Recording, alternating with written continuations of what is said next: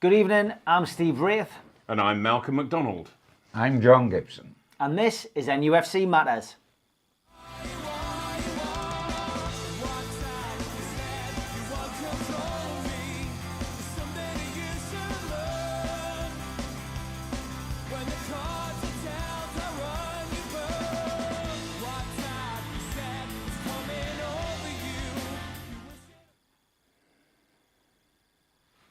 Hi lads, how are you doing?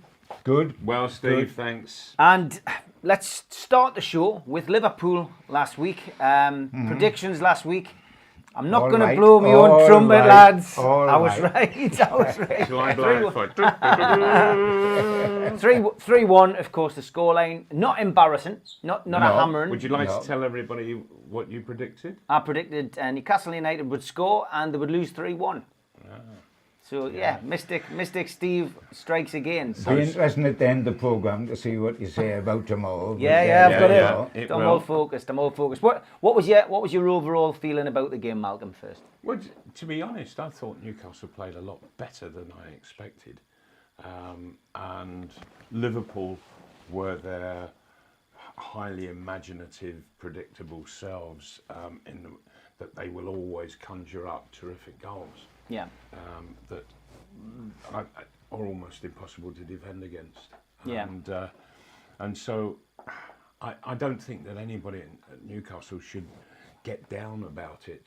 I think Liverpool is such an exceptional side that Newcastle, in all honesty, did really well against. Yeah, 100%. Gibbo?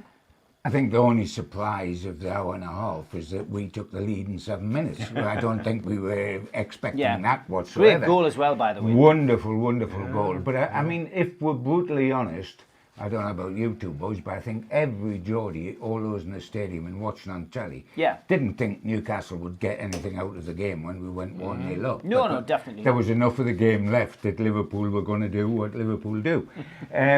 What I found absolutely ironic about the whole game is that, all right, Newcastle, for all Liverpool were fabulous, and they were in a wonderful attacking side, we made terrible mistakes defensively for the goals. The Swede, the right back on the first goal when the guy cut inside him. Atsu gives the ball away. The keeper goes in with his feet. Yeah. On the second goal, goes in with his feet where he should have gone in with his hands. Yeah. So that was disappointing, the way we gave away the goals. But wasn't it, what really I found ironic of the whole thing was the fact that the very next game in midweek, Liverpool, invincible, this wonderful side, lose in the first Champions League match of the season as champions, and they give away 2 goals in Napoli. They didn't put a foot wrong defensively against us, but they give away the goals in the way we did against them. They give them away against Napoli. It's funny because we played Tottenham, we played Arsenal, we played Liverpool, and none of them have looked on top form. And you just have that feeling that we got the win against Spurs, but we could have got something out of the Arsenal game. We could have got something out of the Liverpool game, even though it was at Anfield. But isn't it a lot more? I think you're right, but it's a lot more worrying for me that we didn't get anything out the Norwich game, and that we only got a draw at home to watch it. That's what bugs me. We expected to lose to Liverpool. We thought we might well lose to Spurs. We thought we might be held to a draw by Arsenal, but get something. But Norwich and Watford, and this is what Brighton means, of course, which we'll be talking about later on. This is what Brighton means tomorrow. The games Newcastle have got to do something. They haven't. Yeah, exactly, 100%. Also, that I just get the feeling that the Newcastle side, we can see that, hey, they're doing really well against these much better sides. I'm not so sure that the players realise that as much as we see it. And that they always seem to, as if they need a boost. Even when they're battling hard and they're holding Liverpool and what have you, they even go a goal ahead. And I just get that feel that Newcastle, they just put that little bit extra in. Boy, they could really surprise the world. But they don't seem to have the oomph to go and get it. and I think it's there. I really do feel that it's there, but the Newcastle players, they're not seeing it, and I wish they would. Let's talk a little bit about something that's annoyed Newcastle fans this week, and it's fixtures. Fixtures have been moved. In particular, a Villa game, which a lot of Newcastle fans were looking forward to, has now it's a big fixture to Newcastle fans. Of course Aston it is. Villa, A bit of history between them and fans, and Newcastle going down there and getting relegated, and all the banners. So that game was something that people were really looking forward to, and now it's been moved, by the powers that be. To an impossible, travel time for Newcastle fans. Monday. Oh, Monday night. I mean, it's horrendous. But I mean, that's what's wrong with football now. Football is run by television companies. Yeah. Football is now run by whatever the television companies want to do is all right with the Premier League or the FA or whatever, because so much money is generated from television. So if they want to play on the moon at midnight, that's fine. We'll play on the moon at midnight. I might go to that one. Well, I was going to say, well, Neil Armstrong got up there, didn't he? So why not? But it is like that, and incredibly for Newcastle. And I know we are geographically out on a limb here. Any journey can be a long journey for Newcastle. Until the Sunderland derbies come back. May that be pretty quick. Thank you very much. But it is horrendous. But it's almost inevitable. We're almost jinxed. That's going to happen. And it has happened yet again, and nobody will intervene whatsoever. I know the club can't do anything about it in terms of it's written in stone, but how much do the clubs want to do something about it with all the millions of pounds they're getting off the television companies? Hard lines, the poor old fans have to put up with it. If this carries on, why don't you just play in an empty stadium and stick television cameras in it, and just it'll be a sport without crowds to watch on television. How much does it affect players, Malcolm? Because obviously you're getting into a routine, etc. Does it matter so much nowadays as it did in your day? I mean, that moving fixtures, you have to get into a different routine. It's a nighttime game, and you're usually maybe training on a Monday, or it's a rest day, whatever. Is it? I always think that I always remember when I was managing Fulham, and I went to I went to a football gathering, and we were talking the game over, and Bertie Mee, who used to be the manager of Arsenal, he was at Watford, and he said the game of because I was making an application on behalf of Fulham Football Club that we should be able to play reserve matches whenever we wanted.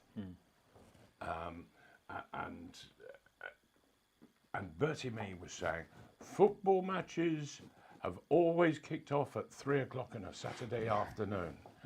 That's when football is played, and we have to stick to 3 o'clock on a... And I said, I've got young kids that I'm bringing through. I want them to play on Thursday afternoon in the reserves, and then travel with me on the Friday with the first team. And maybe there'll be a sub. Maybe they'll even get an appearance in the first team, and they can play 2 games in 48 hours. There's no problem with youngsters. And so the argument has always gone on pretty much from there, because that was the first time that football started to move the fixtures about. And I think that professional footballers, they can go and play any time they like, because they can just completely prepare their week according to whenever it is they've got to kick off. Football clubs, that's their business. Of course, and they can get Malcolm, it organised. It doesn't affect the players, or it doesn't affect the club. Right. It affects the fans. Because they work. They've got jobs all day long. And it's always the fans that will suffer by this. And it's the fans that make the game, because the atmosphere they generate make the game fabulous. 100%. There's absolutely no point. I mean, if you take the night cup nights back when you watch Olympiacos in the Champions League playing against Spurs, the fans were absolutely fabulous. They made the what could have been a very dull, average match. They made it into something worthwhile because they were crazy. Look at what Newcastle fans did with the War Flags campaign. You know, the money that was ploughed into that and the atmosphere that it created for the big games. All of those wonderful displays which have now been lost because of, you know, the fans, those fans' feelings towards the owner. But that did make a difference. Terry Venables, along with a journalist, they wrote a novel together. Oh, I remember. Yeah. And the novel was called "They Used to Play on Grass." Right. Okay. I think I've heard of it. Yeah, I've never read it, but I've heard of it. I think might have been the Yes, journalist. and what they did was they sort of predicted in the future that crowds would go around the sort of first 10 steps in the stadium, and the cameras, they would look at the pitch but never go above the 10th step. Yeah. So to show empty stadium. Yes, and the rest of it was an empty stadium because television was ploughing money in and what have you. Well, and that was the perception back in the 1970s and the 1980s. And lo and behold, supporters haven't taken to television at all, that their love and faith in their local football clubs that have risen right above it, and they go in their hordes still to watch their clubs, even though it's televised. You can't beat watching a live game as opposed to television. Yeah, and they're not in any way respected for that, I don't feel. Perhaps we need to take fans into consideration in the way that the game is organised, but I'm afraid at the moment that fans are very much bottom of the list. This brings us nicely to attendances at Newcastle United. It's St James's Park, and to be fair, it's something we've already covered on NUFC Matters this season, which you can catch up on our YouTube channel. Interesting thing in the Chronicle this week: £300,000 a week is what Newcastle United are currently losing at the moment. Because of the size of the crowd. Because of the size of the crowd. So let's take the Brighton game tomorrow. 1,500 Brighton fans have bought tickets, leaving 1,500 spare. Yeah. 8,000 Newcastle United fans obviously have walked away, haven't renewed season tickets, so there's 8,000 spaces left at the ground. We could be looking... Lowest crowd of the season. Certainly the lowest crowd of the season, but could be one of the lowest crowds for maybe 20 years. And I mean, people are voting with their feet at the club. It's quite a fright, isn't it? The Watford game, I think we talked about it last week. The gaps in the ground are noticeable now. Sure, yes, they are.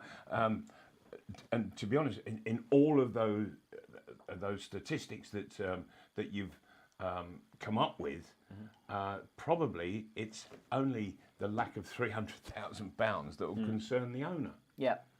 That he'll just purely look at the financial and nothing else. 19 Premier League games means £6 million he's going to lose. But it's the fans saying there is something dreadfully wrong. Yeah.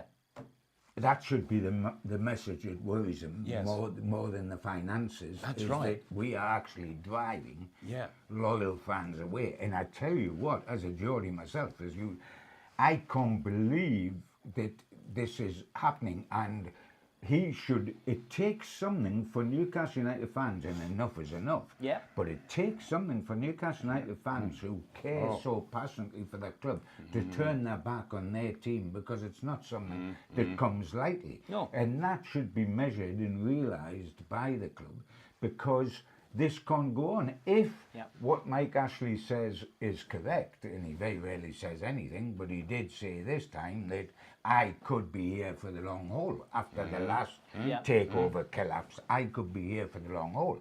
Now, he's been here 10, 12 years already. If he's here for the long haul, then he cannot afford to ignore his own customers. You do that, and if you run a shop and you ignore your customers, the shop closes eventually. You've got to have your customers. You've got to consider them first and foremost. Yeah. And if this is to go on and on and on like this, you're going to erode Newcastle United. It's absolutely frightening. It's something I can't believe can continue, and yet I don't know the answer to it, apart from a change of ownership. Yeah, no, I agree 100%.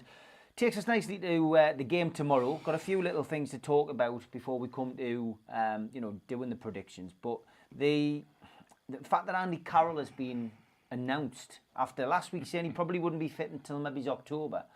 He's now going to be on the bench tomorrow. So Maxim's back as well. But Andy Carroll, is that a PR stunt to get these fans who aren't going to come back? Because a lot of people are excited to see Andy Carroll pull on the black. You call it PR stunt, I'll call it a miracle. because they were saying that he wasn't going to play until November. Yeah, that's right. You suddenly don't improve that much.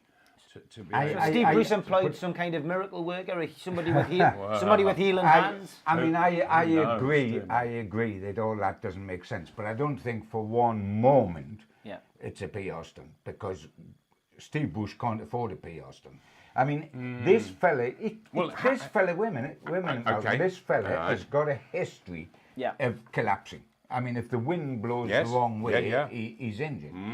He's got a history of that. He hasn't played since the beginning of the year when he got the bad injury.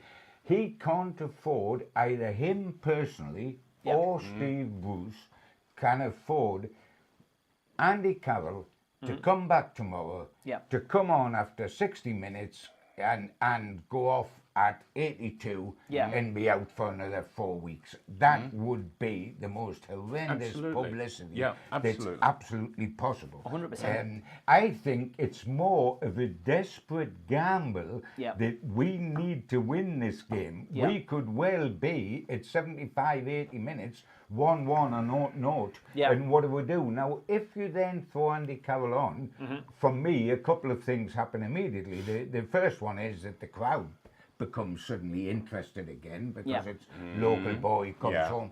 The second is he'll launch himself like a missile at absolutely everything that comes into the box, because that's the way he plays. And so he will make a physical impact on his return to the side. The question is, can that be turned into goals, and can it be turned into him retaining fitness over a period of time? And I'm not talking about can it be turned into goals like against Brighton. Can it long term be turned into a significant number of goals to keep Newcastle up? And can he be fit? They're the huge question marks against him, because in the 8.5 years since he left Newcastle, Steve, he has never reached double figures in league goals in 8.5 years. Yet Steve Bruce at his press conference this week said that Andy Carroll is one of the best strikers in the league. If only he hadn't been injured, he would have proved that. If only he wasn't 856, he would score the winner for us tomorrow. There's plenty of onlys. We've had a message from Petri on Facebook. He says he just hopes to see Andy Carroll on the pitch tomorrow. It will give the massive boost to the whole of our current squad. It's the way a lot of people feel about Andy Carroll. I'm not one of those people, but that's the way a lot of people feel. Yes, but we've also had but we've got to know that he is absolutely fit and ready to go. But you'll never know that. If he's not, John, if he's carrying a bit of an injury, then I know for a fact that he will probably aggravate it and be out for another 6 or 8 weeks. Isn't he not, Malcolm, virtually always carrying a little bit of an injury? Yeah, of course he is.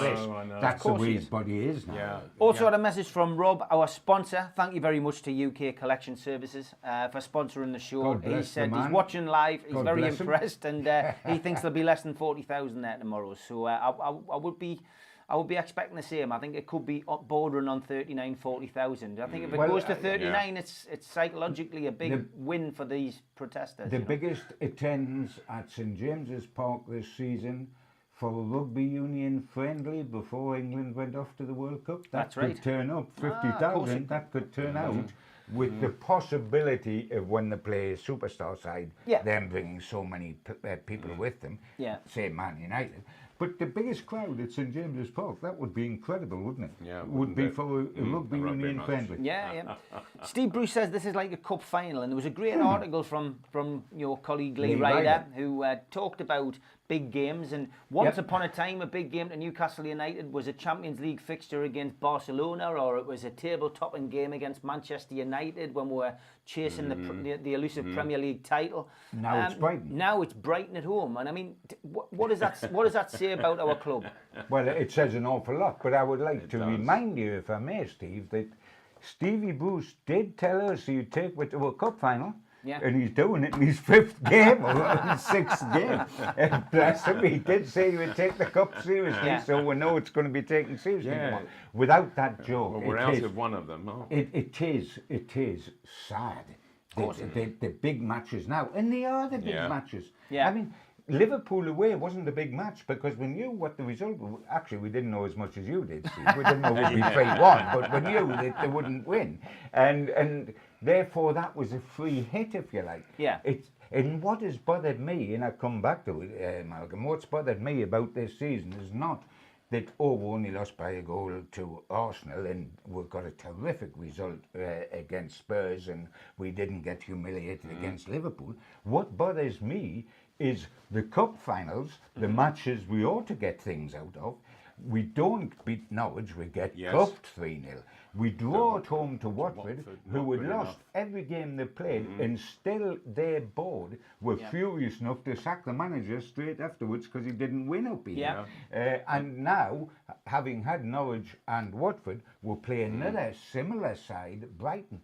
It is must win, no ifs or buts, because after that, away to Leicester, home to Manchester United, away to Chelsea. If we can't get 3 points against Brighton, how many of those 9 points are we going to get in the next game? And it's not a bad hunting ground for Brighton. I mean, last season, obviously it was a 1-0. Previous season before that, 0-0.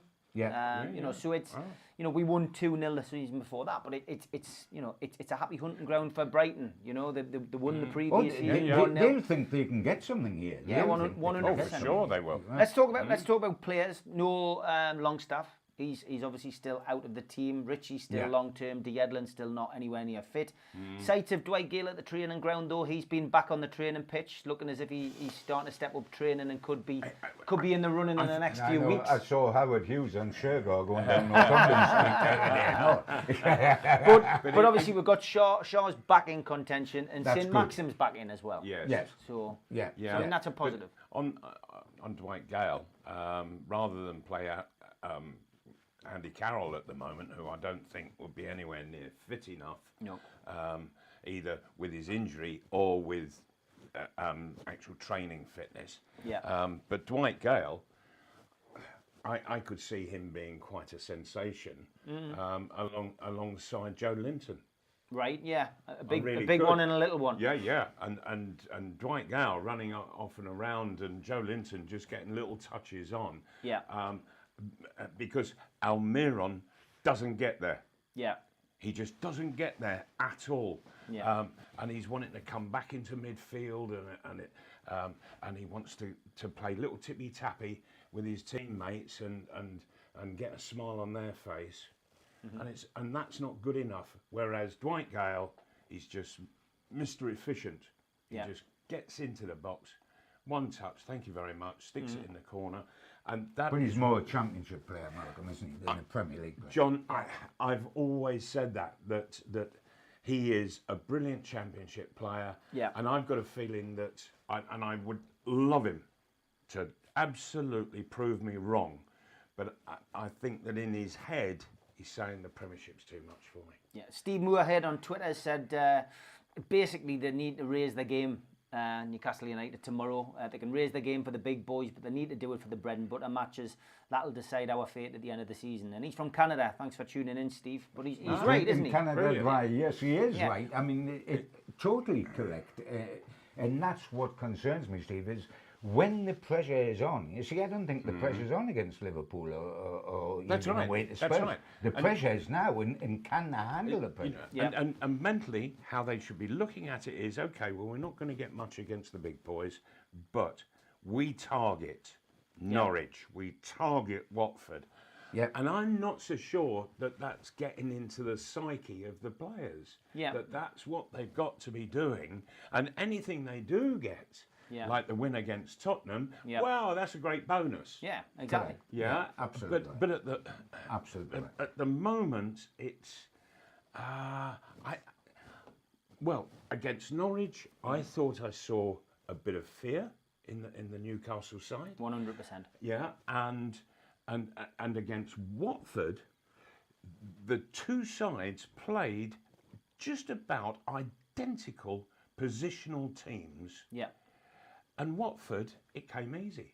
Newcastle, dear me, did they labour with that sort of 5 at the back. It was and it was hard work, and they couldn't find the pass, they couldn't make the pass, and yet Watford, they were ever so slick, and you think, well, how have Watford not got a point yet so far this season? When they were playing like that, and you think, well, yeah, but they haven't played Newcastle until today. Exactly. I mean, I think tomorrow will basically come down to 2 things. Yeah. First of all, who will score the goals for us to win? Who will actually physically put the ball in the net? We've got 4 goals. The top scorer is joined with 1 goal each. Atsu hasn't scored, Almiron hasn't scored. Who will score the goals? And then who will win the tactical battle between Steve Bruce and Graham Potter, the new guy that's taken over from Chris Hughton? Very different sort of managers. Bruce is old school, and nothing wrong with that. I don't mean that as a criticism whatsoever, but he's come up the traditional path. Potter has done the exact opposite. He's managed university sides, he's managed the Ghanaian women's side, he managed in the 3rd tier in Sweden, and revolutionised the way they were training, took them to drama nights and all this. Yeah, that's right, he did, yeah. And now he's come via going to Swansea, he's come to Brighton. He changes tactics regularly, 20 minutes in from a 3 central defenders, flat back 4, and then changes them again during the second half. He is a totally different sort of manager. He's a gamble. There's no question about that. The man is a huge gamble, but and it could backfire. Newcastle tomorrow. It'll be interesting to see. For me, I want to know who's going to score our goals, because I'm not certain we've got somebody we can rely on. Secondly, I want to know Bruce v. Potter. What's going to be the outcome there? Malcolm, your prediction for tomorrow's game? They've got to go all out and start scoring some goals. Yep. I'm going to go for a 2-1 victory to Newcastle. Right, okay. Gibbo? Well, after you've shown us up regularly, you've got the 1-1 against Watford as well, you so-and-so. I've got fear every time Newcastle don't play a good side. I've got fear. But I think they'll win tomorrow only just by a single goal. But whether it's 2-1 or 1-0, I'm not going to give you the satisfaction, Mr. Tell me. Did you ever think that you'd find yourself, John, saying, "Oh, Newcastle United, they'll just sneak ahead of Brighton"? Yeah, I didn't when It's I a was bit of a a wake-up call, starry-eyed isn't it? kid, but I've supported Newcastle for so long. I never think any different now. But well, my prediction is a 2-1 win for Brighton and Hove Albion tomorrow. Oh, come on! I can see Newcastle United getting a goal early doors, and I can see Brighton scoring 2 goals tomorrow. So I'm going for a 2-1 win for Brighton. Oh, well, you've just ruined my evening. I'm Thanks sorry. very much for that. I'm delighted. I'm deciding now whether to go to the match or not. And if it comes true, the team will destroy your day tomorrow. Oh, well, thanks very much, Malcolm. Well, delighted. Maybe I'll be here next week if I'm still alive. We will be here next week. We're going to be trying something a little bit different. We're going to be going out live to Scotswood Social Club. Myself, Malcolm and John and the camera crew. We've got a live event which we're going to have broadcast from the Scotswood Social Club. So you'll be able to interact, but so will the audience. So something a little bit different from us. And we've got to try it. Yeah, this week we're going to play out with a Scottish band called the Shambolics, who I was watching last night. Mr. Alan McGee, who is the manager of Oasis, manages this band. Check them out on Facebook and on Twitter. But for me, it's good night. And it's a good night from me, I have to say. And good night. Keep the faith despite what Mr. Ray tells us. That's right.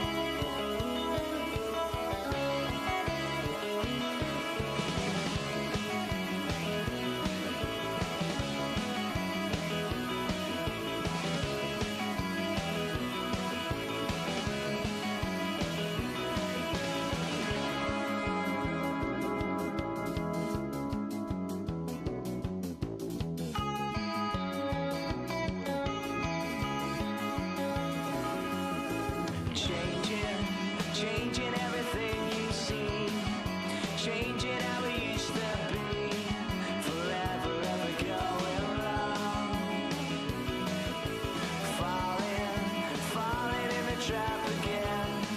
You try your best to pretend that it's never ever going wrong.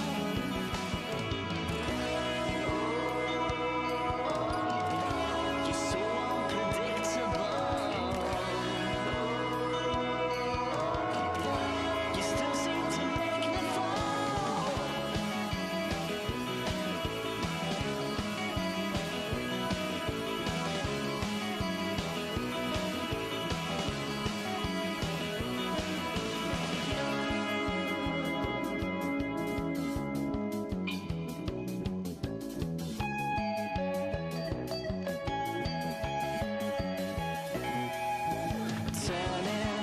Turn away on your side. Is this how you sleep tonight?